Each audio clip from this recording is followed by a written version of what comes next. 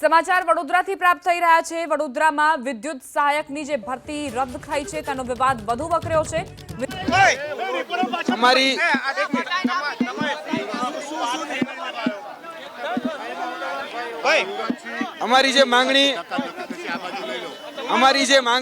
જે રજૂઆત હતી એ અમે એમડી સાહેબને કરવા માંગતા હતા, પરંતુ અમને અહીંયાથી એવું કહેવામાં આવ્યું હતું કે તમને એમડી સાહેબ સાથે મુલાકાત કરાવવામાં આવશે, પરંતુ જ્યારે અમે કહી શકાય કે અધિકારીની ચેમ્બરોમાં ગયા ત્યારે અમને જેટી રાય એટલે કે જે જનરલ મેનેજર છે HR એમની સાથે મુલાકાત કરાવવામાં આવી અને એમને અમારી વાત જે વિદ્યાર્થીઓની વાત હતી એ વાત સાંભળી, પણ ફક્ત ને ફક્ત આશ્વાસન છે। ભૂતકાળમાં જે રીતે હૈયાધારણા આપવામાં આવતી હતી એ રીતે હૈયાધારણા આપવામાં આવી છે।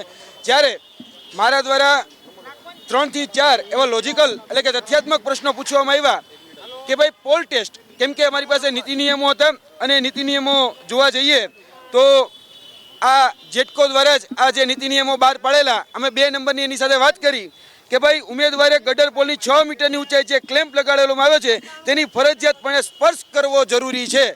ત્યારે અમે વાત કરી તો એમ કહે છે કે ભાઈ ઉમેદવારે હાથની જગ્યાએ પગનો સ્પર્શ કરવા નહોતો, એટલે અમે કહ્યું કે સાહેબ અમને જે ગાઈડલાઈન અમને જે માહિતી મળી એ અધિકારીઓ એટલે કે ત્યાં હાજર ડેપ્યુટી એન્જિનિયર જુનિયર એન્જિનિયર એના દ્વારા માહિતી મળી હતી, એમાં વિદ્યાર્થીઓનો શું વાંક, એટલે પોતાની ભૂલ એ કબૂલવા માટે તૈયાર નથી અને એ કોઈ પણ સંજોગોમાં આ ભરતી જે પ્રક્રિયા છે એ ભરતી પ્રક્રિયા રદ કરી અને નવી ભરતી પ્રક્રિયા લેવા માટે એ ક્યાંક ને ક્યાંક પોતાના જે નિયમો જો છે એ અમારા પર થોપી બેસાડવા માગે છે, પરંતુ એ કહી શકાય કે મૂળ જે એમડી સાહેબને અમે મળવા માંગતા હતા એ એમડી સાહેબને મળ્યા નથી, એટલે એમડી સાહેબને જે આવેદનપત્ર આપવાનું હતું એ આવેદનપત્ર અમે પરત લઈને આવ્યા છીએ। અમે આવેદનપત્ર એ આપ્યું નથી, કેમ કે અમે એમડીને આવેદનપત્ર આપવા માટે ગયા હતા।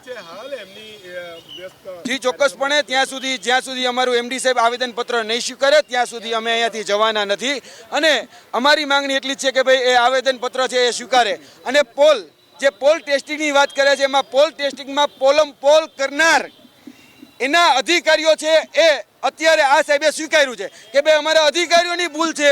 હવે સાહેબે જે સ્વીકાર્યું કે ભાઈ એક જગ્યાએ ભૂલ નથી થઈ, 7 જગ્યાએ ભૂલ થઈ છે। હવે જો 7 જગ્યાએ ભૂલ થઈ હોય તો એ અધિકારીઓને સસ્પેન્ડ કરવા એવી અમારી માંગણી હતી। અને વાત રહી બીજી કે ગતરોજ આદરણીય કહી શકાય પ્રવક્તા મંત્રીશ્રી એવું કહ્યું હતું કે આમાં એસઆઈટીની રચના કરવામાં આવી છે। હવે જ્યારે અમે કહી શકાય કે HR મેનેજર સાથે વાત કરી ત્યારે એને કીધું કે આમાં કોઈ જ પ્રકારની એસઆઈટીની રચના કરવામાં આવેલ નથી।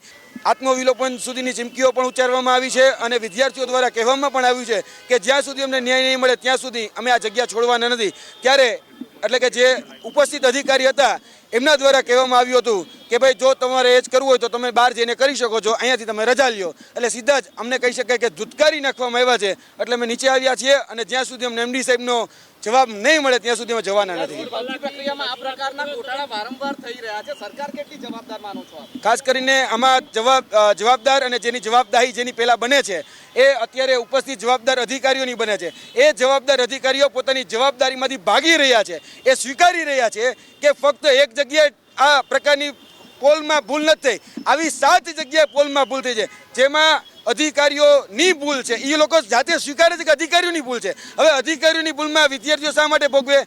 એક સામાન્ય એવી બાબત છે તો એ સામાન્ય બાબત એને સુધારી અને જે ઉમેદવારો પાસ છે આમાં જોવા જઈએ તો સરકારની સીધી રીતે જવાબદારી બને છે, કેમ કે આમાં ઉર્જા વિભાગના જે મંત્રી છે આદરણીય કનુભાઈ દેસાઈ એની સહમતીથી આ ભરતી કરવામાં આવી છે। હવે એટલે જવાબદારી એમની પણ બને છે કેમ કે એ ઉર્જા વિભાગના મંત્રી છે, એટલે મંત્રી તરીકે જનપ્રતિનિધિ તરીકે જવાબદારી છે। તેની સાથે સાથે અધિકારીઓની પણ એટલી જ એકાઉન્ટેબિલિટી એમાં ફિક્સ થઈ છે કેમ કે એ લોકોએ પરીક્ષા લીધી છે, પરીક્ષામાં વિદ્યાર્થીઓ કોઈ ભૂલ કરી નથી। અને જોવા જઈએ તો છેલ્લા ઘણા સમયથી આપણે જે રીતે વાત કરીએ જ પ્રકારે કે જીપીએસસીની 30 ભરતી રદ કરવામાં આવી, આની પહેલાં ગૌણ સેવાની જે ભરતીઓ હતી એ પણ રદ કરવામાં આવી, એટલે વિદ્યાર્થીઓના ભવિષ્ય સાથે ફક્ત ને ફક્ત રમાઈ રમી છે।